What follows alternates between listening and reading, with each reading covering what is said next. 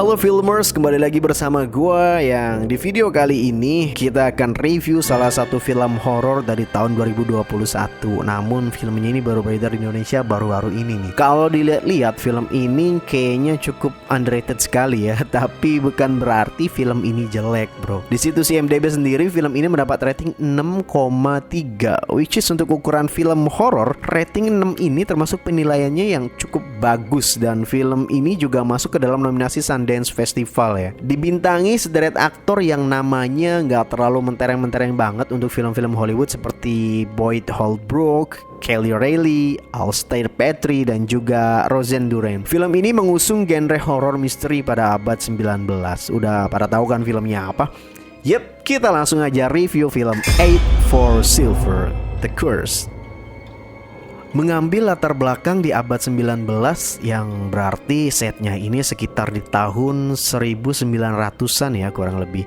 Film ini dibuka dengan scene perang yang terjadi pada tahun 1917 antara Inggris dan Jerman. Kemudian kapten dari Inggris ini tertembak 3 peluru dan langsung dievakuasi ke dalam tenda medis. Dokter yang mengambil peluru dari dalam perut kapten tersebut cukup heran nih dengan peluru ketiga yang bersarang di perut kapten ini, karena peluru perak tersebut bukanlah berasal dari senapan tentara Jerman. Singkat cerita, scene-nya langsung flashback ke 35 tahun sebelum kejadian perang tersebut. Jadi garis besar alur film ini bercerita tentang sekelompok orang-orang kaya di perbatasan Inggris-Perancis yang merasa terusik dengan adanya kaum Gipsi yang mengklaim tanah mereka. Dan kaum Gipsi ini sebenarnya jumlahnya nggak terlalu banyak, tapi beberapa di antara mereka ini mempunyai kayak semacam kekuatan sihir gitu ya, yang dari perak, yang mereka jaga lewat sesembahan berupa rahang yang bergigikan perak dan sudah diberikan mantra-mantra tuh sama mereka. Nah, beberapa orang kaya ini memutuskan untuk mengusir kaum Gipsi ini secara paksa dengan membakar tempat tinggal mereka, membunuh dan membantai dengan sangat-sangat sadis ya. Dan yang lebih parahnya adalah pemimpin dari kaum Gipsi ini dikubur hidup-hidup.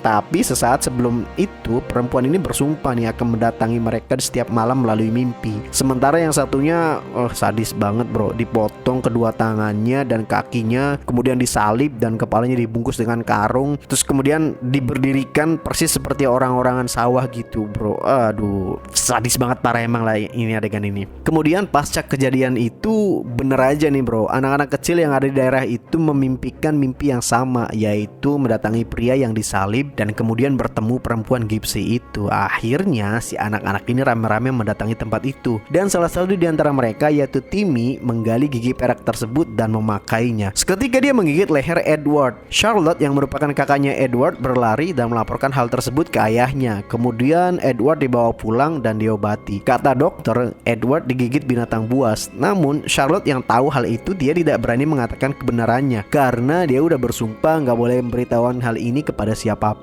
Kemudian hal aneh pun terjadi pada malam hari. Edward kabur dan berita ini menyebar ke seluruh penduduk daerah itu. Lalu kemudian datanglah seorang ahli patologi yang bernama John McBride. Dia ini ingin membantu Seamus untuk menemukan anaknya Edward yang hilang. Selama masa pencarian, McBride ini menemukan Timmy yang terbunuh. Dia meyakini bahwa yang membunuh Timmy ini adalah serigala. Akhirnya McBride pun memasang jebakan di tempat itu. Dan bener aja nih, bro, ternyata selama ini makhluk yang diduga membunuh Edward dan Timmy di situ adalah manusia serigala. Dan manusia serigala ini adalah makhluk yang menuntut balas dendam atas kematian dari perempuan dan laki-laki Gipsi yang Seamus bunuh itu. Kurang lebih sih kayak gitulah, bro, garis besar alur ceritanya. Sengaja nggak gue cerita ini alurnya sampai selesai dan detail biar kalian nanti nonton sendiri aja. Gue cuma pengen nge-review ini film bahwasanya ya it's not bad lah ya, lumayan untuk film horror misteri. Gue suka dengan nuansa filmnya yang klasik, terus setnya yang begitu dark, dingin, dan juga creepy sih emang. Serius gue suka banget di situnya. Kalau untuk secara cerita sih sebenarnya ini bisa dibilang ceritanya sangat ya lumayan mainstream lah ya, layaknya kebanyakan film-film horor yang lain, yaitu tentang kutukan, terus kemudian ada manusia serigala yang balas dendam. Cuma di sini dikemas dengan cukup baik, walaupun gue harus akui secara penulisan dan penceritaan dari film ini nggak terlalu bagus-bagus banget, karena ada beberapa hal yang menurut gue gua terasa nggak natural aja gitu bro. Kayak ini asal-usul kaum Gypsy ini dari mana gitu. Terus konflik antara kaum Gypsy dan beberapa orang kayak tersebut juga nggak diceritain dengan detail dan terkesan begitu cepat nih alurnya. Terus kenapa sih manusia serigala ini yang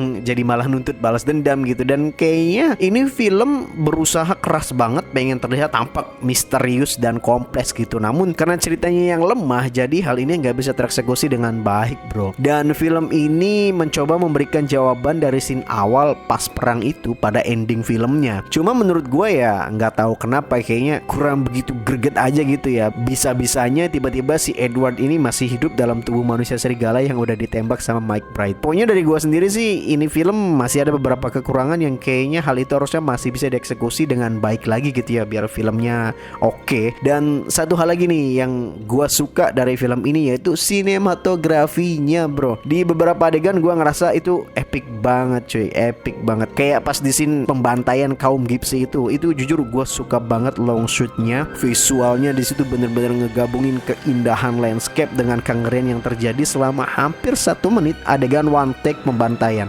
Anjir itu epic banget, keren parah pokoknya. Belum lagi beberapa adegan gore yang kayak motong-motong tangan gitu, motongin kaki gitu, terus kulit tangan yang robek karena gigitan serigalanya juga itu. Pengambilan peluru dari perut yang muncratin darah itu bener-bener gak ada sensor sama sekali. Dan buat kalian yang gak kuat nonton hal-hal kayak gitu sih mungkin bikin mual kali ya. Sadis sih, tapi ya keren sih menurut gue, itu keren banget ya. Meskipun ada beberapa kekurangan, namun film ini tetap masih layak tonton sih bagi kalian para pecinta film horor ya. Cocok lah ya buat nonton malam-malam sendirian. Kalau untuk rating dari 1 sampai 10 gua kasih rating 5,5 buat film ini. Gua nggak terlalu setuju sama rating di IMDb yang kasih 6,3.